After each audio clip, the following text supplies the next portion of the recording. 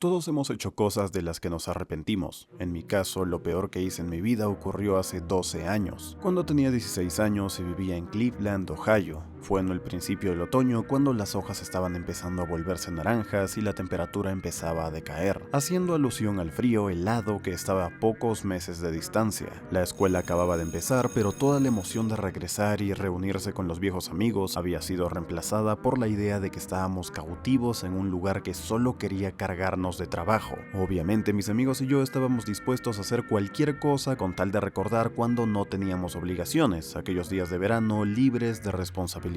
A principios de este año, cerca del fin del último año escolar, uno de mis amigos del trabajo en McDonald's, que algunas personas piensan que es algo poco convincente como estudiante, era un buen trabajo de medio tiempo. Me había enseñado una técnica para morir entre comillas con ayuda de un asistente y regresar en pocos segundos. Funcionaba así: el individuo tomaría rápidamente 10 respiraciones profundas y largas y en la 10ª cerraría sus ojos apretando los párpados fuertemente, conteniendo la respiración tan firmemente como le sea posible, mientras cruzaba sus muñecas sobre el corazón. Entonces el asistente le daría a la persona un abrazo fuerte desde atrás, apretando las muñecas de la persona en el esternón. En cuestión de segundos, el individuo que contiene la respiración pierde la conciencia. El asistente debe mantenerse firme para que la persona no caiga rompiéndose el cráneo contra el piso. El efecto solo debería durar un segundo o dos y no es parecido a ponerse en coma, pero parecía que hubieses estado fuera de tu cuerpo por horas. Y cuando retomas la conciencia, la sensación de desorientación, de no saber dónde demonios estás o qué estás haciendo allí, es impresionante. Era como obtener los efectos y las luces que uno ve luego de un puñetazo en la cara sin pasar por el dolor de recibir un puñetazo. Al comienzo, cuando empezaba a probar esto, sugeriría a cualquiera que lo intentara para que puedan probar por ustedes mismos aquella curiosa sensación, pero luego de lo sucedido, nunca se lo recomendaría a nadie. Otro efecto secundario interesante de esto, que fue en realidad la causa real por lo que lo hacíamos, era porque mientras estabas fuera de tu cuerpo, siempre estabas lúcido y tenías sueños vívidos, que podías recordar fácilmente al despertar. Después de todo, solo había dormido durante unos segundos. Éramos buenos chicos y nunca probaríamos drogas, así que para nosotros esto era lo que el LSD para un hombre pobre. Estas visiones o sueños estaban relacionadas de alguna forma a lo que estabas mirando justo antes de supuestamente morir. Por ejemplo, una vez soñé que estaba escalando una montaña, estaba en la cima del Himalaya o algo así, pero había una escalera con un pasamano allí. ¿Quién diablos pone un pasamanos de escalera a 20.000 pies de altura? Cuando volví a mi cuerpo y recordé dónde estaba, me di cuenta de que había estado mirando la escalera que se encontraba en una esquina de la sala de estar de mi novia. En otra ocasión tuve una visión de Pedro Picapiedra sonriendo y levantando las manos delante de un mural con un logotipo de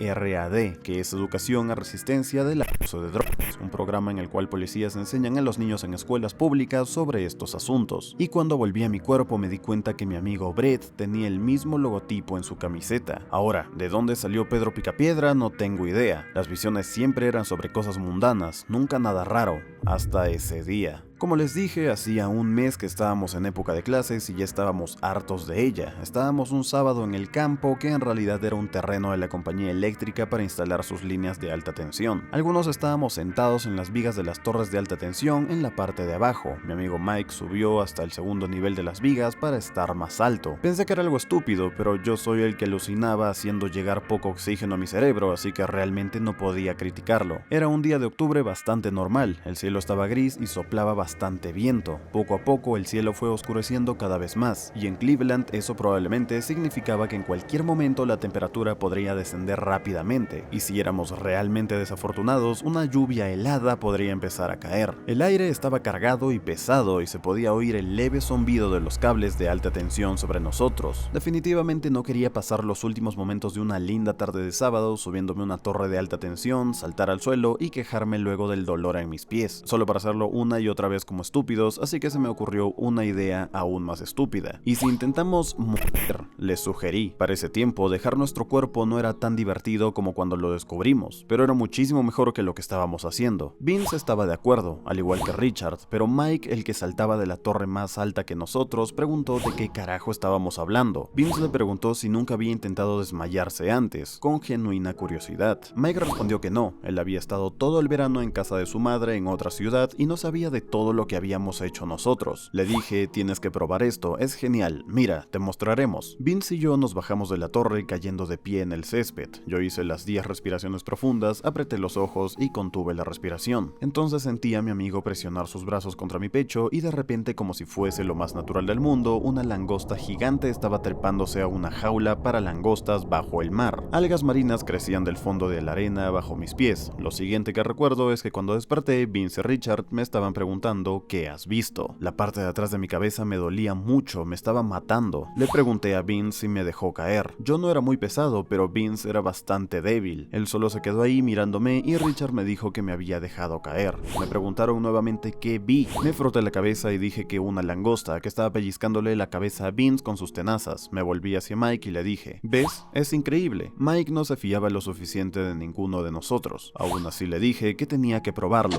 No es más peligroso que estar trepado allí. Te prometo que no te dejaré caer como este idiota lo hizo conmigo. Él miró de la forma que hacen esas personas cuando están decidiendo algo, si lo que están haciendo vale la pena el riesgo o la dificultad. Saltó de donde estaba, se incorporó y dijo, bien, solo una vez. Si al menos lo hubiese pensado un poco más o se hubiera negado. Repitió las 10 respiraciones profundas, conmigo como asistente para asegurarse de que no caería. Contuvo la respiración y yo lo ayudé a caer en ese otro lugar. Es algo que siempre me lamenté, y cuando pienso en todas las cosas que desearía haber hecho de otra manera en mi adolescencia, como chicas por las que no me jugué lo suficiente, clases en las que tuve que haberme esforzado más y todas esas cosas que nunca tuve que haber hecho, como haberle dado ese abrazo de oso a Mike, llevándolo a un estado de inconsciencia. Sentí el cambio del peso muerto en mi pecho, y él era el único chico robusto, así que me aseguré de dejarlo suavemente en el piso para que no se lastimara. Justo cuando tocó el suelo, volvió en sí. Despertó gritando, «¡Mierda, mierda, aléjense de mí! ¡Aléjense de mí!», gritaba en pánico. Al tiempo que se levantó de un salto agitado, sus brazos alrededor de su cabeza, todos saltamos para atrás, con miedo de ser golpeados por su frenesí. Después de 5 segundos, el doble de lo que tardábamos generalmente en darnos cuenta de dónde estábamos y qué estábamos haciendo, él se tranquilizó, jadeaba palabras inentendibles y respiraba con dificultad, tomando respiraciones profundas. Se quedó allí encorvado hasta que cayó de rodillas. De espaldas a nosotros, comenzó a mecerse, retorciendo las manos y murmurando, «Dios, ¿qué demonios has visto?», dijo Vince, pero Mike no respondía. Me acerqué lentamente y a medida que me acercaba lo escuchaba sollozar en silencio. Eso en nuestro mundo de machos es castigado con la muerte, pero por supuesto nadie dijo nada. Apoyé una mano en su hombro, pero en cuanto lo toqué dio un grito y saltó para atrás golpeándose la espalda con la torre. Se abrazó a la columna de la torre mirándonos con ojos desorbitados, una mirada de terror absoluto. Pensaría quizás que éramos demonios del abismo del infierno. Si en algún momento pensé que estaba bromeando con nosotros, esa mirada me sacó de mis dudas. Eso y lo que sucedió después, claro. Ninguno dijo nada. A los 10 minutos Mike se había tranquilizado lo suficiente para que Richard lo acompañara a su casa. La temperatura había decaído y comenzó a llover. Le dije a Vince que me iba a mi casa y le dije que nos veíamos mañana. Siempre pasábamos los días lluviosos jugando Mortal Kombat en nuestro NES, pero no dijo nada. Probablemente quedaría un tiempo a solas para reflexionar sobre lo que había pasado, como yo. Al día siguiente fui a ver cómo estaba Mike, pero él y su familia se habían ido todo el día. Le pregunté más tarde cuándo se había ido, pero no me respondió. Creo que fue a un psiquiatra, puesto que cuando lo vi nuevamente el martes parecía estar mejor. Me imagino que utiliza algún medicamento para los nervios, pero esos son solo conjeturas mías. Los días siguientes nos juntábamos normalmente con los chicos, pero Mike permanecía en silencio, sin decir qué había visto. Hablábamos de cosas sin importancia. No fue hasta el sábado siguiente cuando contó lo que pasaba. Estábamos caminando por una calle tranquila del barrio hacia el puente peatonal de madera que cruza el arroyo. Yo hablaba de una chica mayor que conocía cuando de repente él dijo, «No voy a estar aquí mucho más tiempo». Le dije, «¿Cómo?». «Vendrán de nuevo esta noche. Yo no creo que sea capaz de aguantar esta vez». «¿De qué estás hablando? ¿Quién vendrá esta noche, Mike?». «Las manos».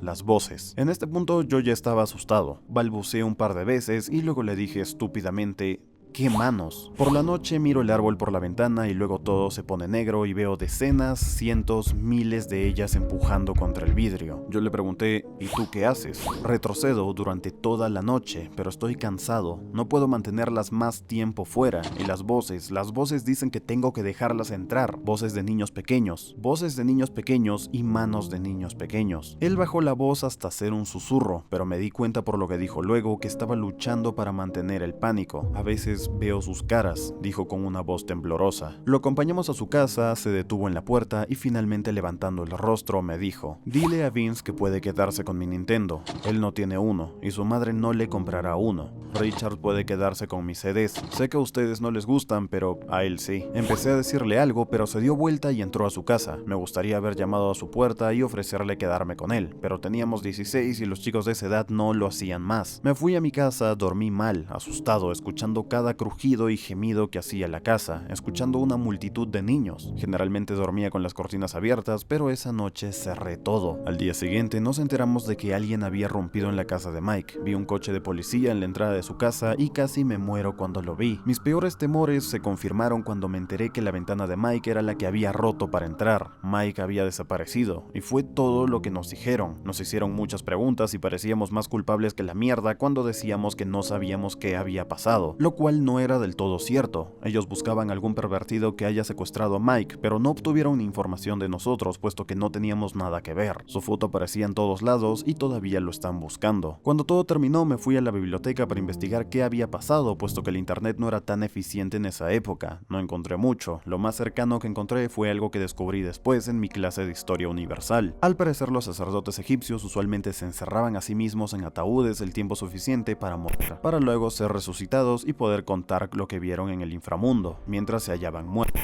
Solo puedo pensar que por el clima o por la electricidad en el aire, Mike pudo tener una experiencia más poderosa a la nuestra, ya que habíamos hecho eso cientos de veces y nada raro había pasado. Tal vez golpearme la cabeza me salvó de lo que él sufrió, tal vez el golpe me hizo reaccionar más rápido, no lo sé. Es algo que no terminamos de entender, y a veces recordar todo esto me enferma. No puedo evitar sentir que me están mirando, que esas manos podrían en cualquier momento venir a por mí.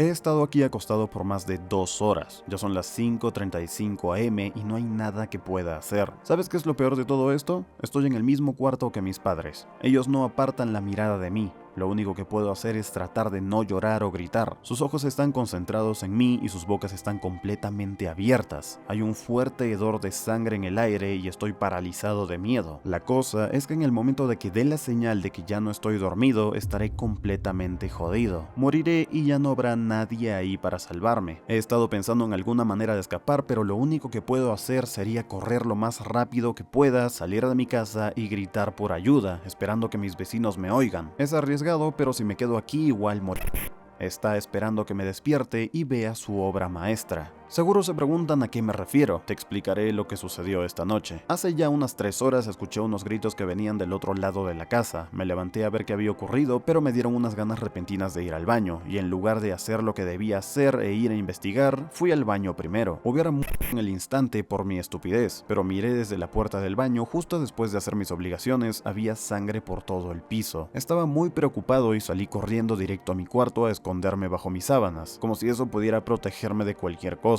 Traté de volverme a dormir como si todo fuera un sueño muy lúcido o algo. Luego escuché la puerta del baño abrirse. Como el niño asustadizo que soy, traté de observar desde mi cama qué estaba pasando. Pude ver que algo estaba arrastrando a mis padres muertos. Lo que los arrastraba no era humano, y eso me asustó aún más. Parecía un cavernícola muy alto y delgado. Era calvo y no parecía tener ojos. Caminaba encorvado como si tuviera una joroba. Esta cosa era más lista que un animal común. Estaba consciente de lo que hacía. Entró con mis padres arrastrados al cuarto, recostó a mi padre a un lado de la cama viéndome. Luego colocó a mi mamá en una silla del otro lado de la cama y la posicionó para que me observara también. Podía verlo actuar desde un pequeño agujero en mis sábanas, con los ojos entrecerrados en caso de que a esa cosa se le ocurriera mirarme. Luego embarró sus garras en sangre y las frotó contra la pared, dibujando algún tipo de símbolo como si fuera su firma, para marcar lo que él llamaría una obra maestra, y para terminar escribió algo en la pared que no podía leer en la oscuridad. Luego se situó debajo de mi cama para atacarme en el momento en el que me despertara. Desde entonces no he podido leer el mensaje, pero la habitación está comenzando a iluminarse por la luz del sol. Siento que no debería leerlo, pero no puedo resistir el impulso de hacerlo. Son solo 4 palabras. Sé que estás despierto.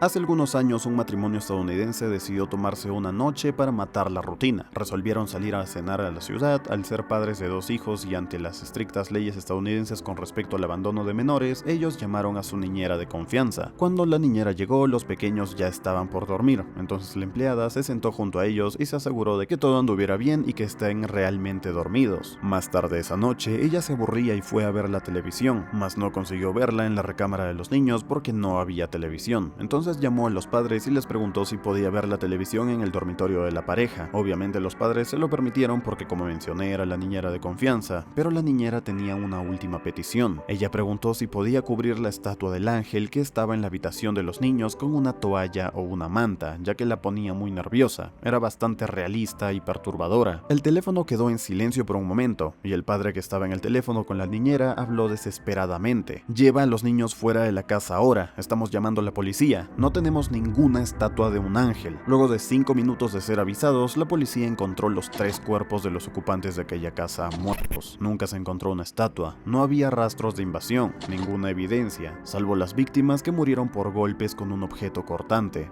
El caso nunca fue resuelto. Gracias a los miembros por apoyar el canal, especialmente a Connie, Mada, Sirblad, Godos, Beg, HKT y El Gordo que apoyan el sueño. Suscríbete, deja un like y comenta para que te dé un corazón muy épico. Tienen todas mis redes en la descripción, apoyan el sueño y nos vemos en la próxima.